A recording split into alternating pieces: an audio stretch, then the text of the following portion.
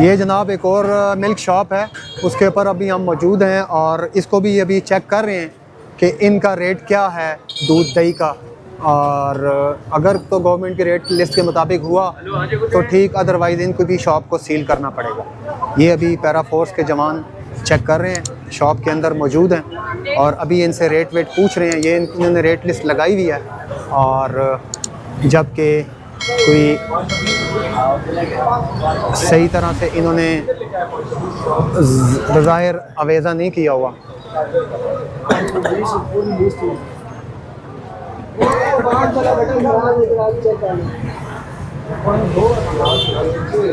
ये इन्होंने अपने रेट्स लगाए हुए हैं जनाब, और जो गवर्नमेंट की रेट लिस्ट है वो इन्होंने सामने अवेज़ा नहीं की हुई।